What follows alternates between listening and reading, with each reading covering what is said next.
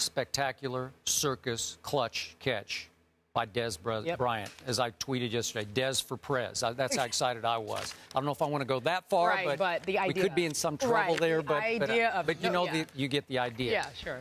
And obviously, he went up and got that ball because he just wanted that ball more than Jonathan Joseph did. And that's Dez Bryant. That's what I do love about him. Now, I'm going to be objective about my Dallas Cowboys. They should have won this game by 21 points.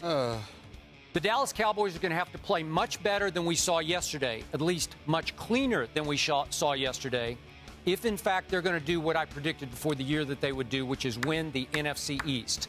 I will say this.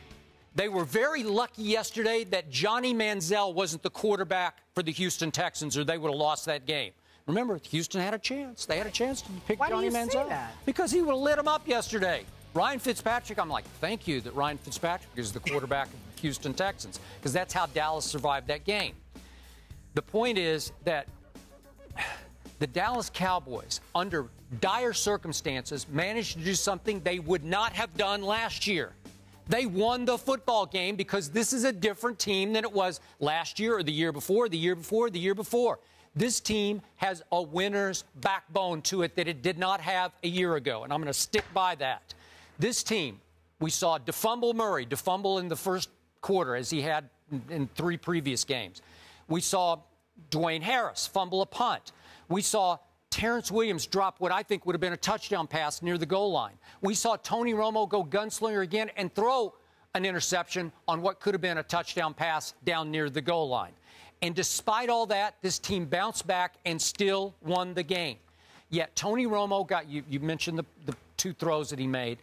I didn't love either throw because they are both bailout, fall away, no-look throws because he doesn't want to take the shot right in the kisser that you're going to have to take. He did not stand in against either one of those rushes.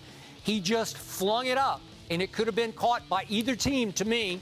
But in these 2 cases, Terrence Williams came down with the first one, and it was huge. And obviously, Dez Bryant set up the game-winning field goal with the second catch. I don't love it, but the point was, in the end, they won a game against a team that is no joke on defense and no joke with Arian Foster running the football. So I'm going to take it. I'm going to put it in the bank. They are 4-1, and now they're going to have to play much better, obviously, if they're even going to stay on the field in Seattle next Sunday. I think the biggest joke are all of you Cowboy fans. You folks are pathetic. And I'm going to tell you why. Because you would think that the Dallas Cowboys, this highlights and illuminates the level of ineptitude that has existed with the Dallas Cowboys for years and years and years. Because y'all are so happy that they are 4-1, that you would think the Dallas Cowboys actually won something other than a regular season game. Y'all are just pathetic, okay? And it's just destiny that y'all are going to lose because everybody's so hyped. And, you got people calling up my radio show. That's right, Mad Dog Radio, Sirius XM, every day, 1 to 3 p.m. Eastern Standard Time. Okay. Here's the deal.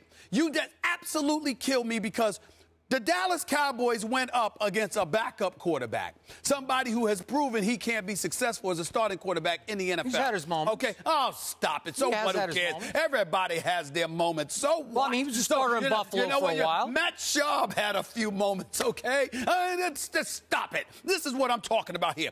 Foster still had 157 yards. He was still great. Averaged nearly 7 yards a carry. Agree. Andre Johnson didn't have the biggest day. Neither did Hopkins or anybody else. They only passed for 154 yards or 176 yards. I'm sorry, 154 yards to be exact for Patrick. It doesn't matter. They still almost won the game. It's still forced overtime. Why? Because somehow, some way, all you did by highlighting what Dallas could have done but didn't do is how Dallas tends to get in its own way. They're all about theater. The Dallas Cowboys definitely, I will give you credit for this.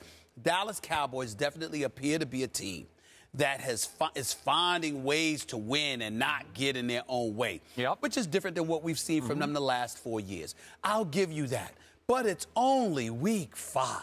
You know what I'm saying? I don't know. Week 5's pretty deep into the season. I'm sorry. You can say it's pretty deep into the season all you want to. I'm thinking it's 11 games to go. I'm thinking there's a whole bunch of divisional games to go and beyond. And let's see what the Dallas Cowboys do. Y'all are just pathetic because you look for every little thing to celebrate the Dallas Cowboys. They're 4-1. They're still tied atop the NFC East with the Eagles. Okay, fine. They're relevant. They don't stink nearly like we thought they were, but we always thought they were going to stink defensively. That's what we thought. We thought their offense was going to be a juggernaut. Last time I checked, Dallas hasn't looked like a juggernaut every game this season offensively. They've had their moments.